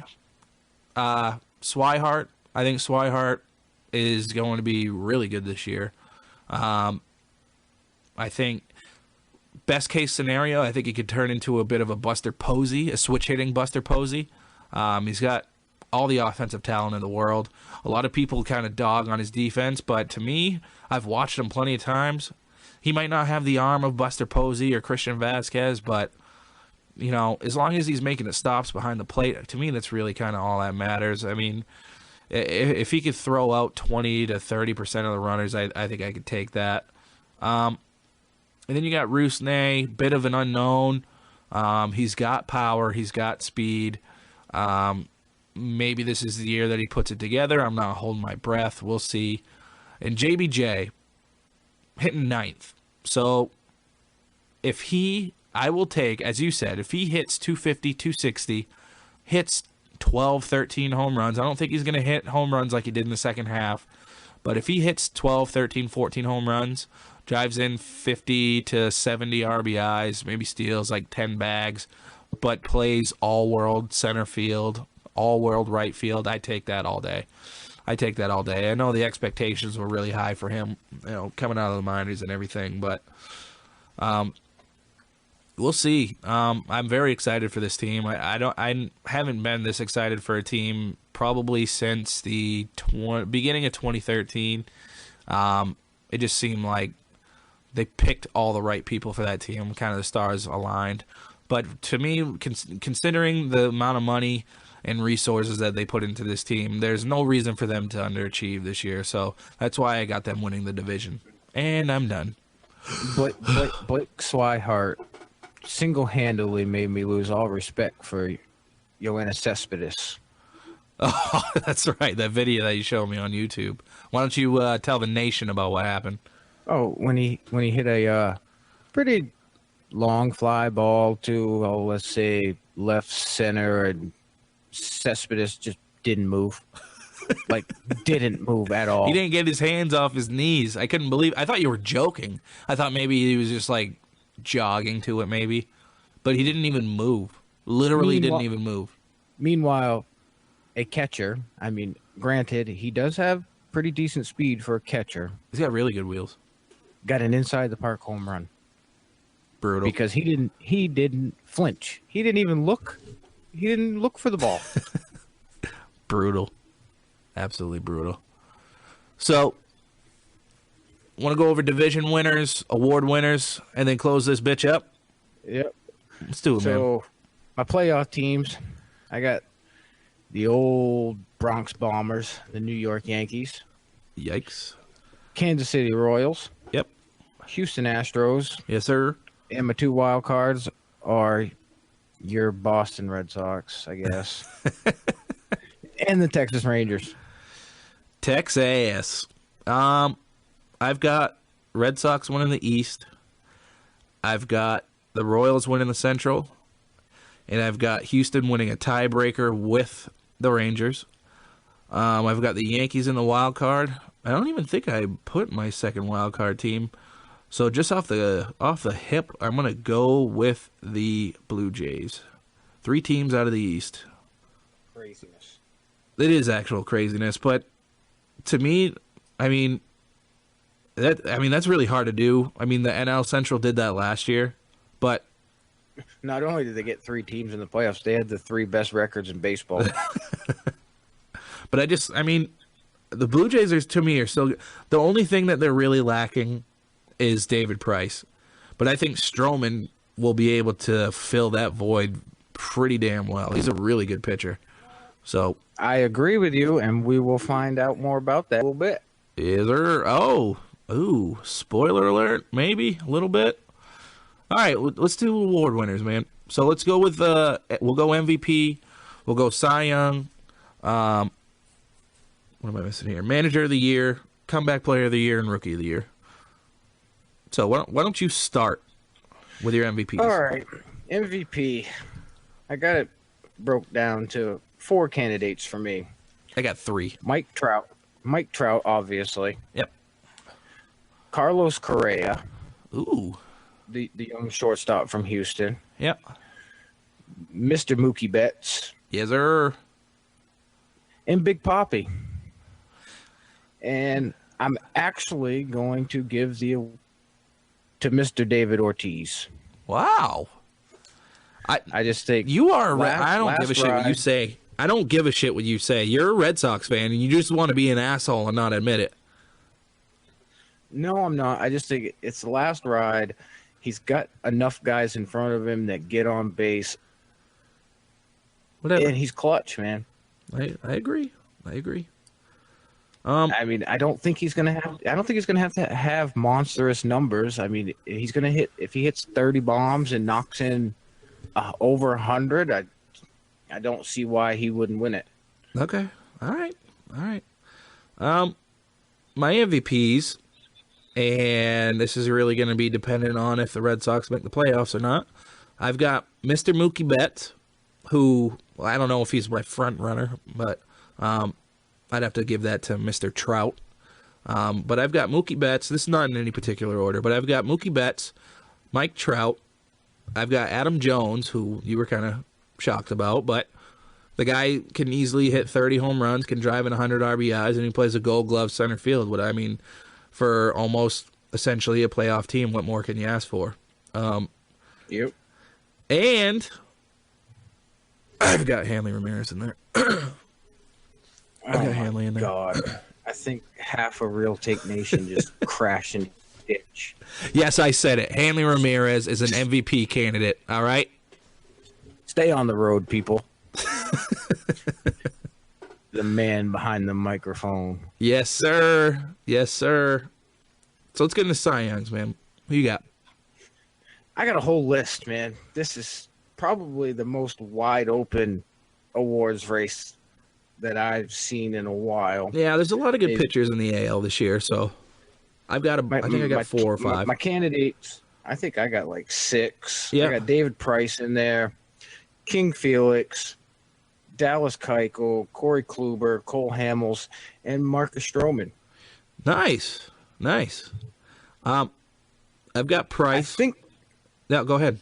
I was just gonna say, if I had to pick one,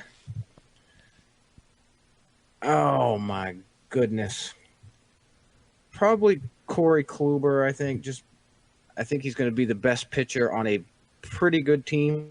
Yeah, he's already got one. He's already got one. Yeah, I can see him. in that 6 or 20-7 range. Yeah, he's really. But good I do pitcher. think Stroman's going to be close to 20 wins, just based more on his lineup than his actual pitch.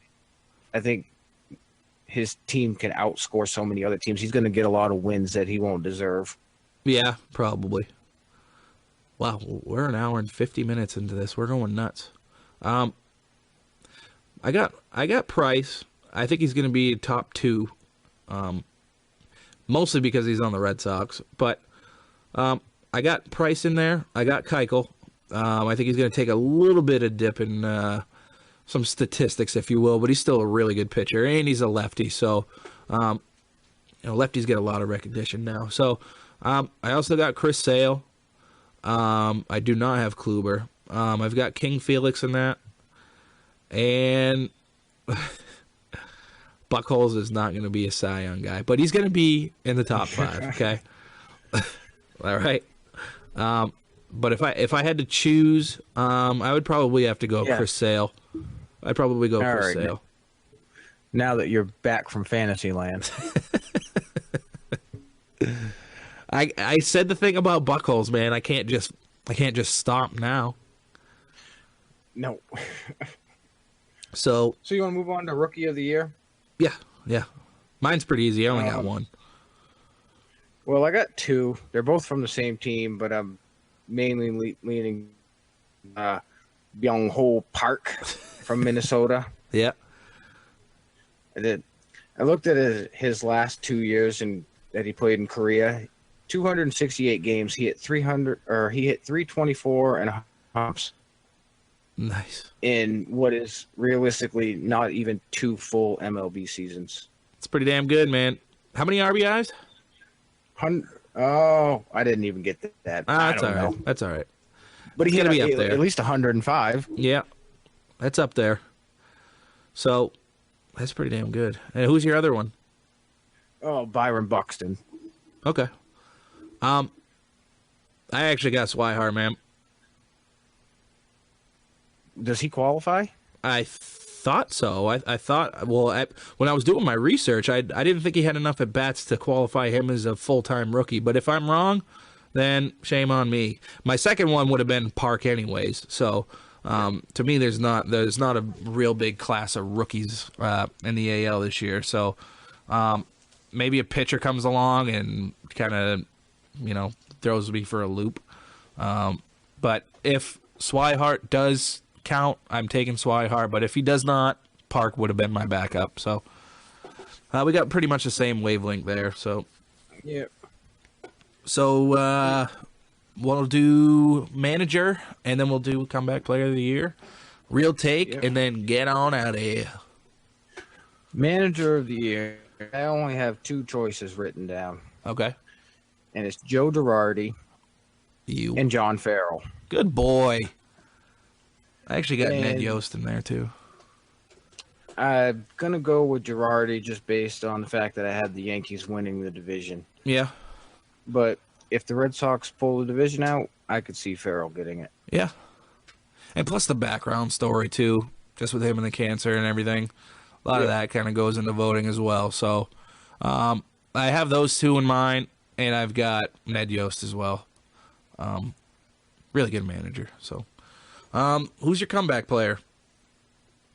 I have two written down. I got two I'll as give you well.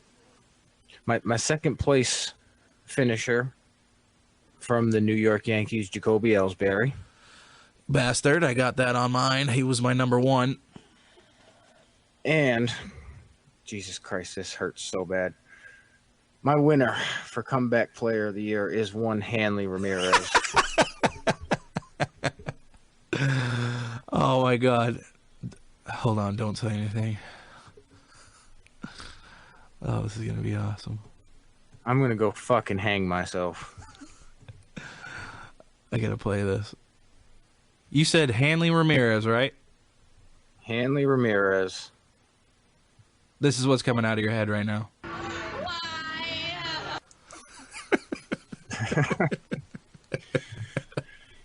That's right. I said it. Real Take Nation, did you hear that? We got another Red Sox fan on the podcast, and his name is Adam Little. Definitely not. I just think anything Hanley does is better than what he did last year. That's nice. I didn't even think of Hanley as a... Go ahead. He didn't even show up last year. I didn't even have him as my comeback player. I have him all the way up to potentially being an MVP. So I've actually got Jacoby Ellsbury winning the comeback player of the year, which kind of makes me sick, but he's still pretty good. He's not old yet. He's still got, plenty of time left. He's going to lose his legs eventually, but I could see him win and come back. He's my comeback player of the year. And I actually have Josh Hamilton as my second one, but that's obviously if health permits him to play a full year. So Jacoby and Josh Hamilton. And I jotted down a couple of breakout stars. Yeah, go ahead. Even though that they burst onto the scene last year, but I look for both of them to take us even a further step forward this year. Once again, they are both from the Boston Red Sox, and it's Mookie Betts and Xander Bogaerts. Oh my gosh, are you all right? I'm legitimately asking this in just friendship. Are you okay? I'm cool, man. Like I said, I can be realistic at the same time. I know you're realistic, and I know you're a hater, but this is not you. This doesn't sound like you. So that's why I'm just asking. Is everything all right at home? Did you get sucker punched or anything? Are you all right? No, I'm good. But before we close this out, I'm going to go ahead and give my World Series prediction and champion. Oh, I don't even have that, but go ahead. And I built you guys up just to punch you in the nuts. Red Sox versus Cubs. Cubs win in 7 games. My Cubs win? My Cubbies win, Listen, Adam Little. My Cubs win?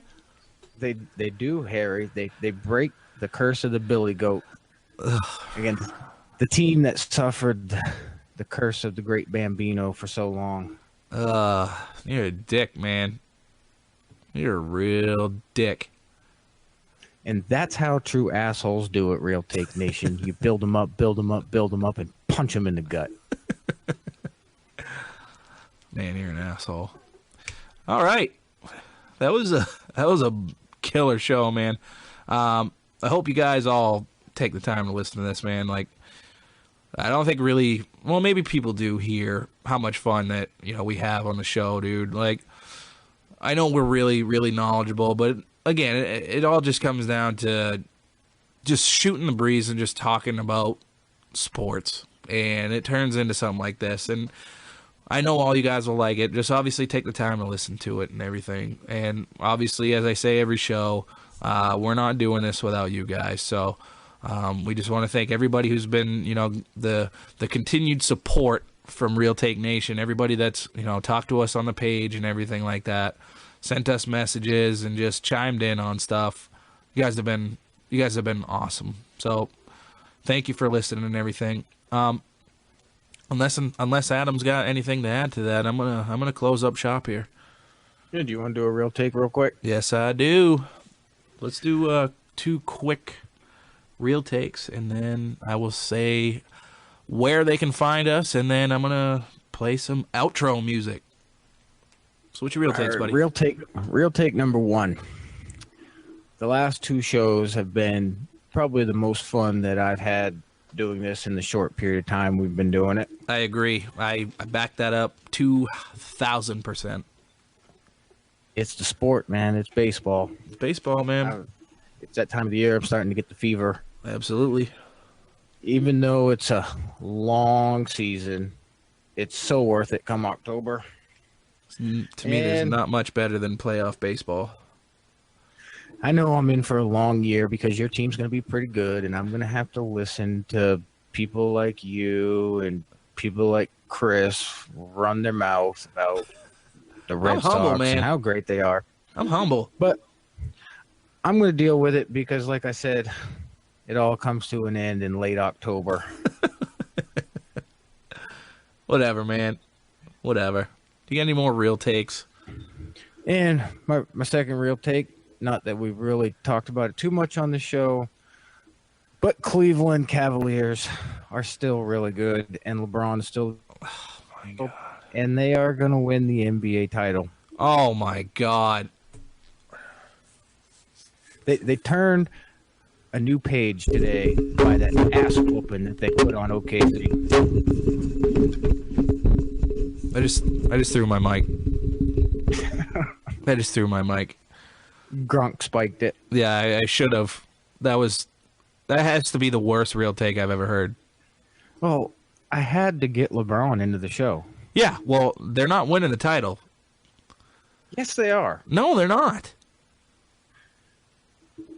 I'll give you 2 reasons right now. For the next show. I'll give you 2 reasons right now. This will be the prequel to our next show, okay? Yeah. Golden State Warriors, San Antonio Spurs. Enough said. Whatever. I'm closing up. So let's get out of this piece. Yes, we're getting out of here. So, as I said, thank you to all the Real Take Nation for everything you guys do for us, all the continued support. You guys can continue to find us on our Facebook page, Real Take No Holds Barred Sports. You can find us on Twitter at RealTakeNHB. You can email us at RealTakeNHBS@gmail.com. You can continue to hear our podcast on YouTube. You can hear the podcast on SoundCloud, and you can hear us on iTunes, which is easier for a lot of people.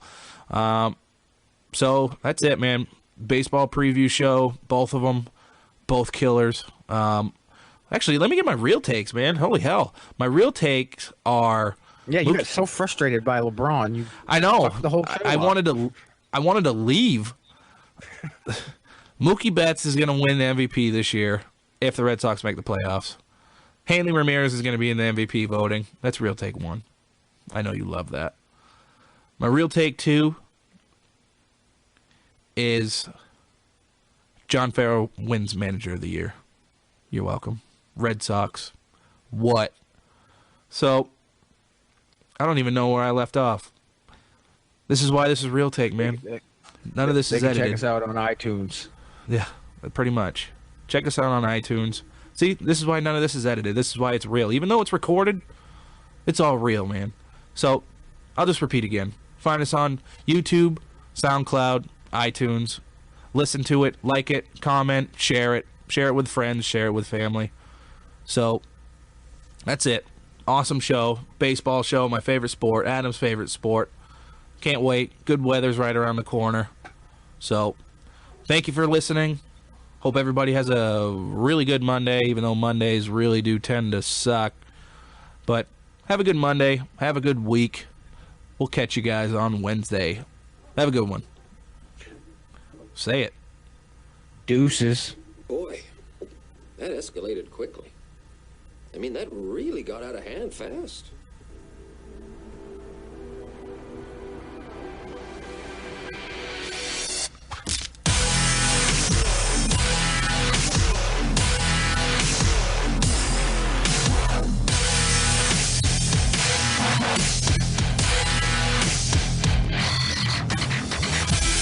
Here it comes once again.